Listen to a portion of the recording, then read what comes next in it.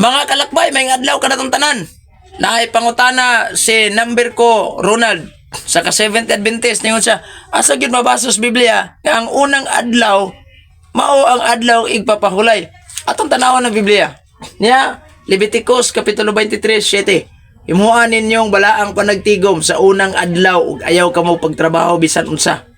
Paghimo tag balaang panagtigom, di ta pwede magtrabaho bisan unsa. Mao ni ang dako kay rason ngano nga naatay panagtigom santos nga misa. Na 23 ngadtos 25 giingon sa Biblia, sa unang adlaw pahulay kamo sa hingpit, himuon ang balaang panagtigom.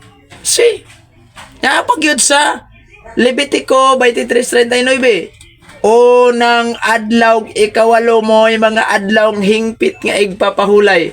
Oh, no, ano? Nya tanawa ha. Sabat ba gining unang adlaw? Yes, nanas Biblia sa translation sa Greek Tagalog interlineal ningon, pagkatapos at ng mga sabat sa pagbukang liwayway sa isa ng mga sabat gihapon. Muna nga tinuod yun ang adlaw igpapahulay unang adlaw. God bless!